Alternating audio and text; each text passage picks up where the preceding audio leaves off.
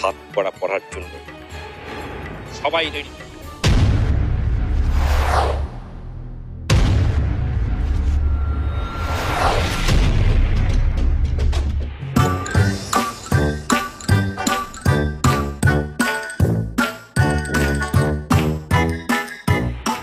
এসব ভণ্ডামি ওকে বন্ধ করতে বলো।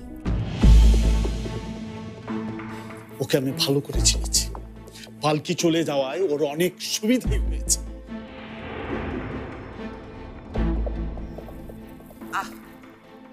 বাদ দাও তো এসব কথা। কেন কেন বাদ দেবো? কেন কেন বাদ দেব? ও একটার পর একটা ঘটনা ঘটিয়ে যাবে আর আমি চুপচাপ বসে বসে দেখবো? ও কেন অফিসে যাবে না? আমাকে বলো, কেন অফিসে যাবে না? সব কাজকর্ম বন্ধ করে দিয়ে নিজেকে তো শেষ করেছি, রহমান পরিবারের সম্মানটুকুও ধূলিসাৎ করে দিচ্ছে। আমি বেঁচে থাকতে এসব আর কখনোই সহ্য করবো না। ওকে আমার সামনে থেকে চলে যেতে বলো, চলে যেতে বলো। আমি ওর মুখ আর দেখতে চাই না, মুখটাও দেখতে চাই না।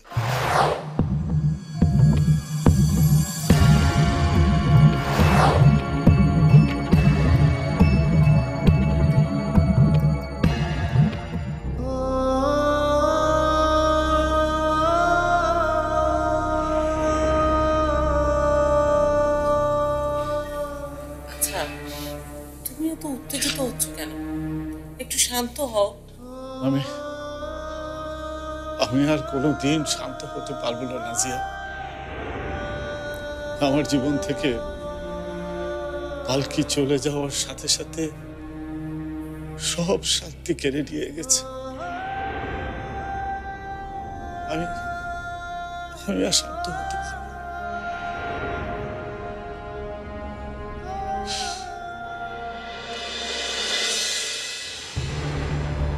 এই অবস্থা আর যাই হোক, বিজনেস চালানো সম্ভব।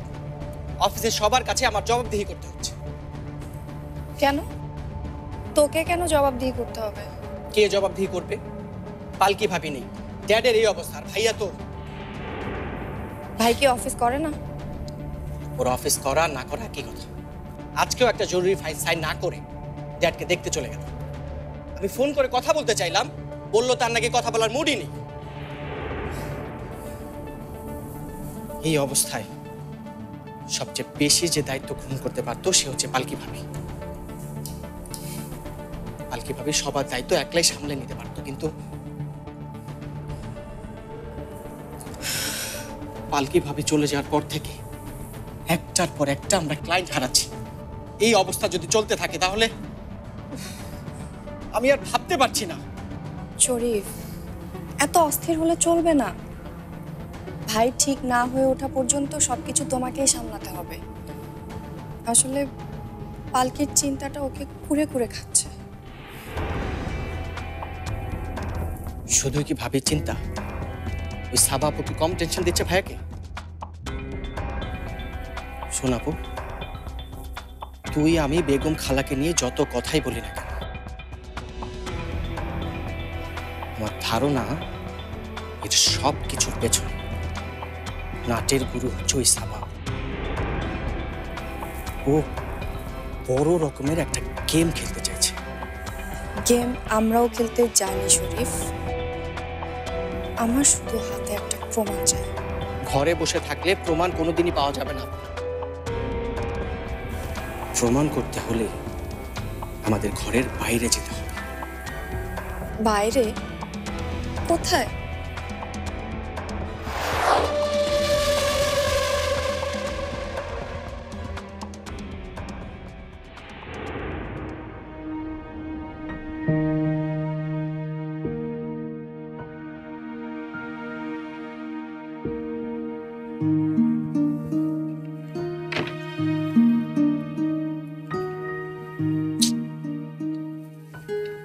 পালকিটা না, একটা জিনিস যে কোথায় রাখে কিচ্ছু খুঁজে পাই না। এই পালকি, পালকি, পালকি,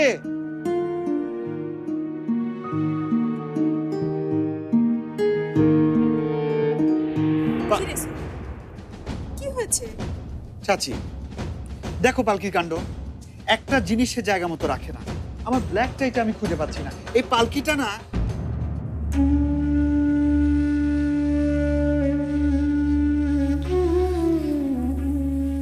এটা খুঁজছিলি তুই?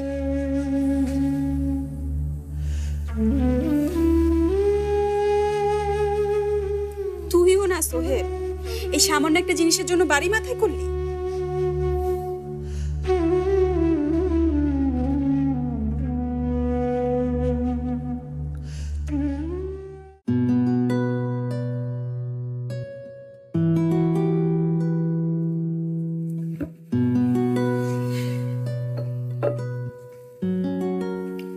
বাকিরা সবে কোথায়?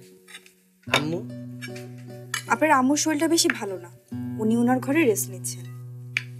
সামি আপু আপনার আব্বুকে দেখতে হসপিটালে গেছে, আর দুলা ভাই এখন আসেনি। ভাইয়া আসেনি? কোথায় ও? ওই তো ভাইয়া চলে এসেছে। বস।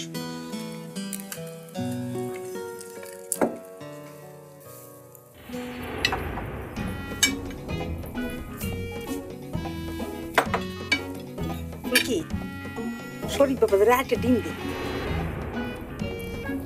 দে না।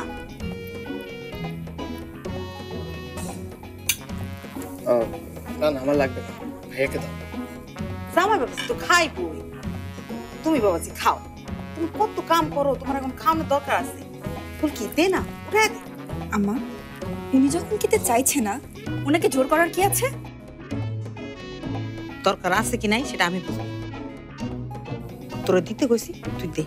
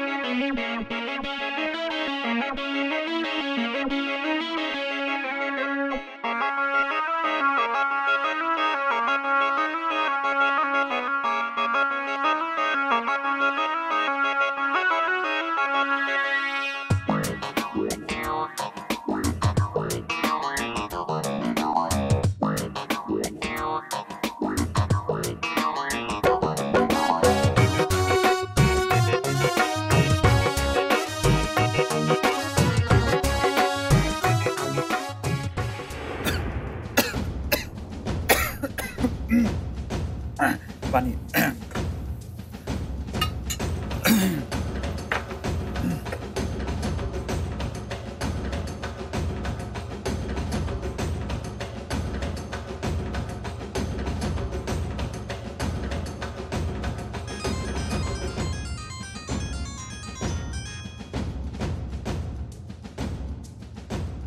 হ্যালো। হ্যাঁ সোহেল, আঙ্কেল কেমন আছে? ভালো। যাক ভালো, গুড নিউজ। সোহেল, আমি না তোমাকে ভীষণ মিস করছি। তুমি করছো না? সাবা, কোনো কাজের কথা থাকলে তুমি আমাকে বলতে পারো। তোমার এসব ফালতু আলাপ শোনার ইচ্ছে এবং সময় কোনোটাই আমার নেই। আমাকে অফিসে যেতে হবে। সোহেল, তুমি আমার সাথে এভাবে কথা বলছো কেন? তুমি জানো না এই অবস্থায় সবসময় হ্যাপি থাকতে হয়? তাই তো আমি তোমাকে কল করেছি। আর তুমি? সাবা প্লিজ, তুমি কেন বুঝতে পারছো না যে আমি তোমার সঙ্গে কোনো কথাই বলতে চাচ্ছি না? এটা তোমার বোঝা উচিত। হ্যাঁ, বুঝতে পারছি না, কারণ আমি তোমার সন্তানের মা হতে চলেছি, আর এটা কোনো ছেলে খেলার বিষয় না। তাই তোমার উচিত আমার সাথে ভালো করে কথা বলা।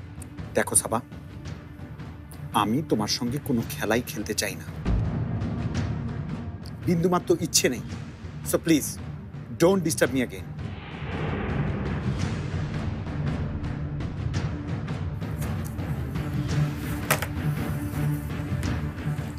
খেলা কিভাবে খেলতে হয় সেটা আমি ভালো করেই জানি সোহেল। এই খেলার রেফারিকে ডাকার সময় হয়ে গেছে।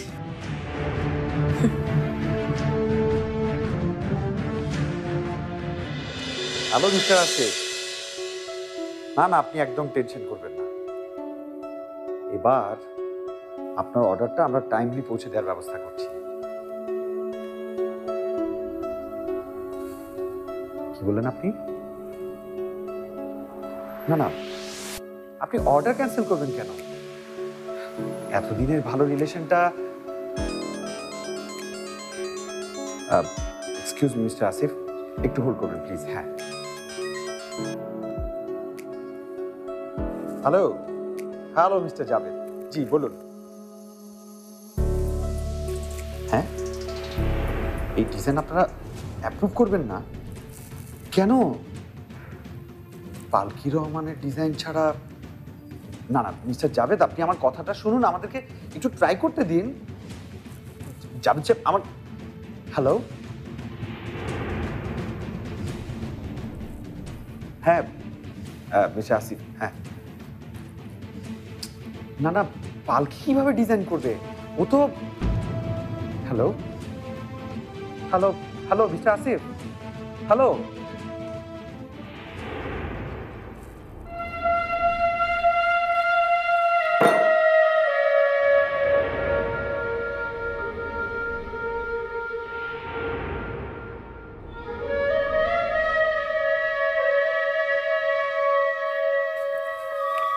ভাইয়া, কালকে এই ফাইলটা দেখিস না।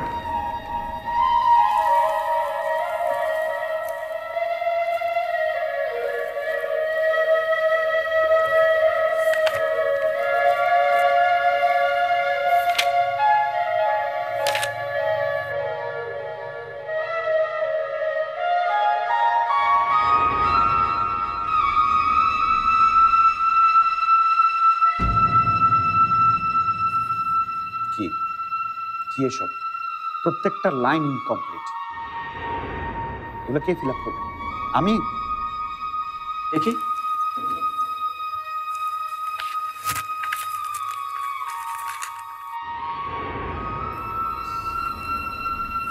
সরি ভাইয়া, ভুল হয়ে গেছে। তোর কাছ থেকে এই ধরনের ছেলে মানুষই আমি আশা করি না শরীফ। যা যা, এগুলো ঠিক করে নিয়ে আয়।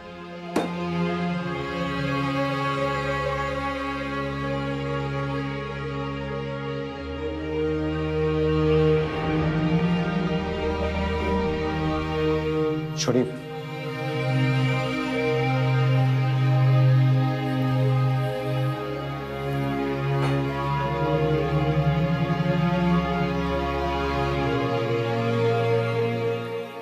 আজকাল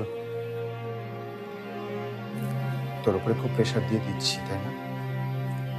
প্রেশার না ভাইয়া, তবে আমাদের কোম্পানি একটা বড় বিপদের দিকে এগোচ্ছে। মার্কেটে এটা ছড়িয়ে গেছে যে আমরা ক্লায়েন্ট হারাচ্ছি, তার মধ্যে আবার সাবাপও নেই। সে না থাকায় ডিজাইনগুলো প্রিভিউ ছাড়াই ছাড়তে হচ্ছে।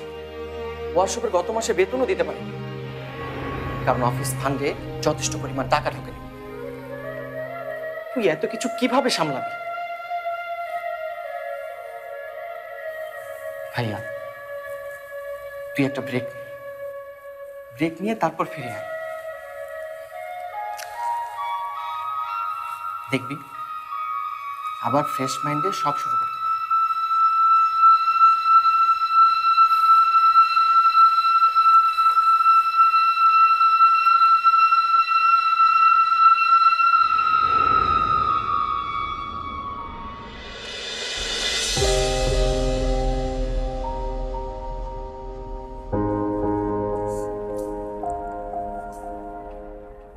আব্বু,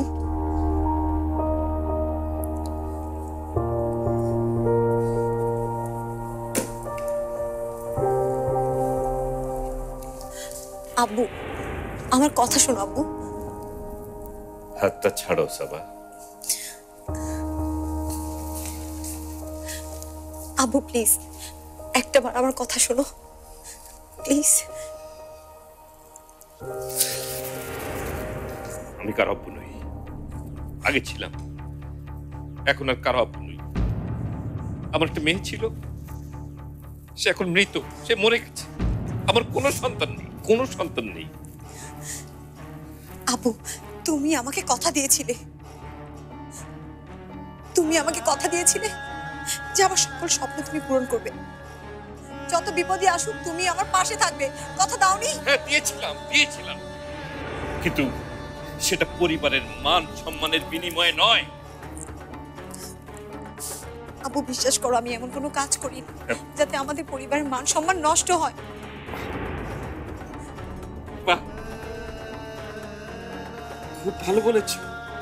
কথাটা এত সহজে তোমার মুখ থেকে বেরোলো। হ্যাঁ, সেদিন সোহেলের পাশে যা কিছু ঘটেছে, এরপরও তুমি বলছো, এরকম কথা বলতে পারছো? হ্যাঁ বলছি। ওয়ান্ডারফুল, মাত্র 2 দিন ওই বাড়িতে থেকে তোমার মান সম্মান এসব বোধ তুমি হারিয়ে ফেলেছো। এত উন্নতি হয়েছে তোমার। আমার কোনো বোধ হারায়নি আপু, তুমি বিশ্বাস করো, একটা বার আমাকে বিশ্বাস করো, এমন কোনো ঘটনা ঘটেনি যাতে তোমাদের সম্মান নষ্ট হবে। সম্মান তোর মুখের কথা নয়, চলে গেলে ফিরে আসবে। অনেক কষ্টে সততা দিয়ে সম্মান অর্জন করতে হয়, প্রতিষ্ঠা করতে হয়। শুধু তুই আমার সেই সম্মান ধুলোয় মিশিয়ে দিয়েছিস। এখন চেষ্টা করলেও আর সে সম্মান কোনোদিন ফিরে আসবে না।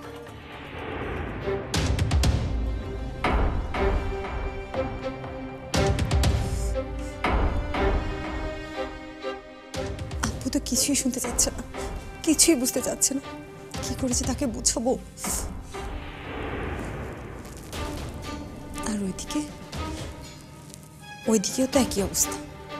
যতই আমি সোহেলের কাছে যেতে চাচ্ছি, ততই সোহেল আমার কাছ থেকে দূরে চলে যাচ্ছে। না, আমার নাজিয়া আন্টিকে একটা কল করা দরকার, তার সাথে আমার এখনই কথা বলতে হবে।